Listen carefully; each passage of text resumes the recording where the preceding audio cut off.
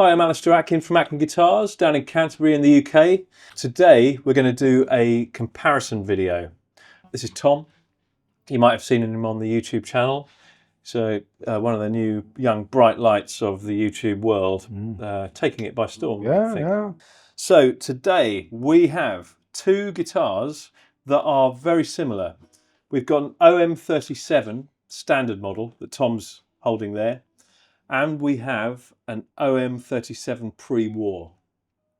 Now, they look very similar, but what's the difference? There is a difference, and one of the differences is that there is a price difference. And the OM37 Pre-War has a few upgrades that really do sort of warrant a price difference because the timbers are pretty expensive.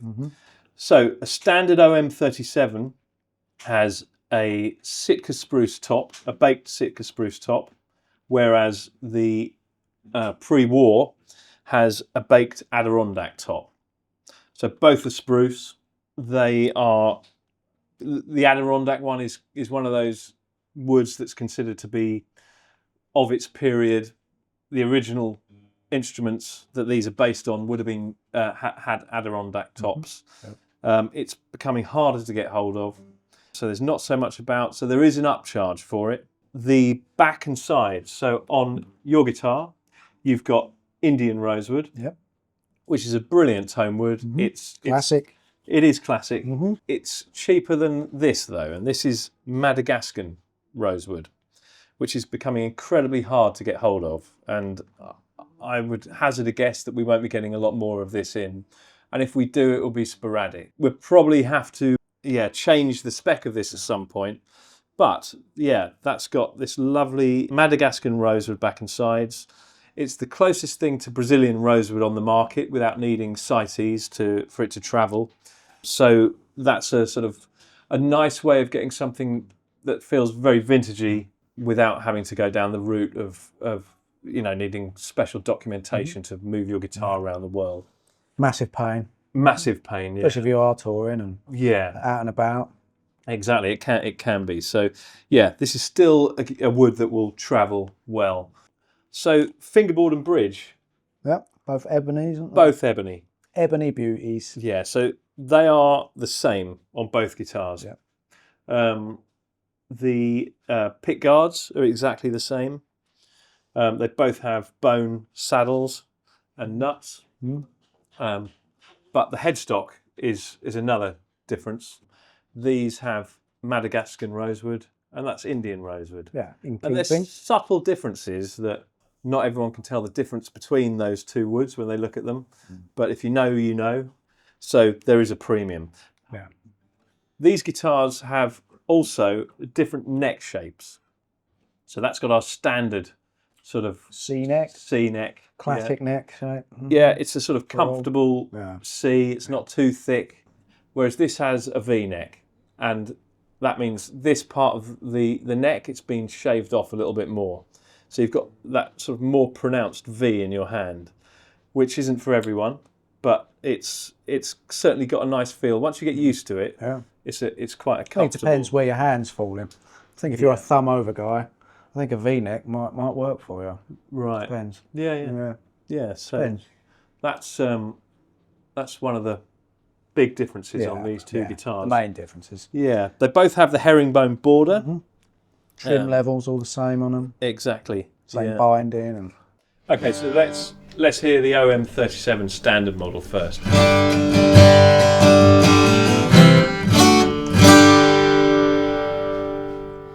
Loads of sustain there. Yeah. Okay, so here's the Pre-War. OM37 Pre-War.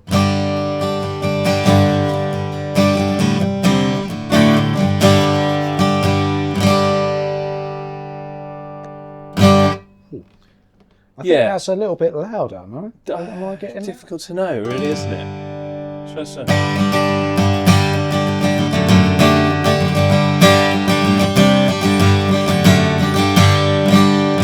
I mean, certainly sitting here, it's bloody loud. Yeah. It depends how hard you hit it. Really, I guess, yeah.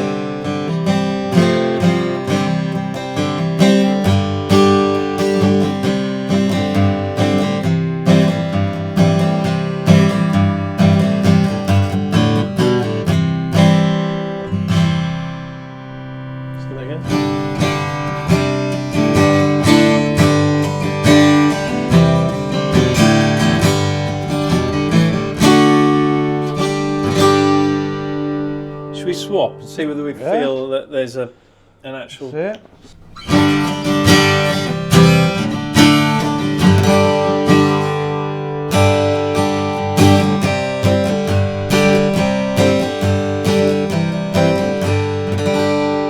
Like that?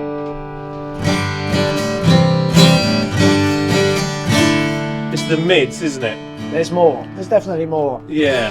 I think, yeah, definitely. Is it a better sound? It's a different sound? It's louder, Yeah.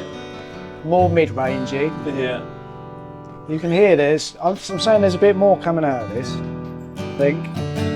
So the upcharge has worked a bit there, hasn't it? So, Yeah, so I mean, the upcharge is Okay. sort of in UK money is a good sort of £2,000 more. Right, so, It's probably more than that. yeah. So, yeah, you'll be paying considerably more for something that is very similar, and it's often the way though, isn't it? You sort of find that these little extras end up sort of costing a lot. That's more like what Stephen Stills would have played, yeah? Yeah, I think, well, is that I don't right? know. No, No? I mean, well, What did he play? wood combination wise, Yeah, in terms of... it probably was a Brazilian rose with Right, back and sides.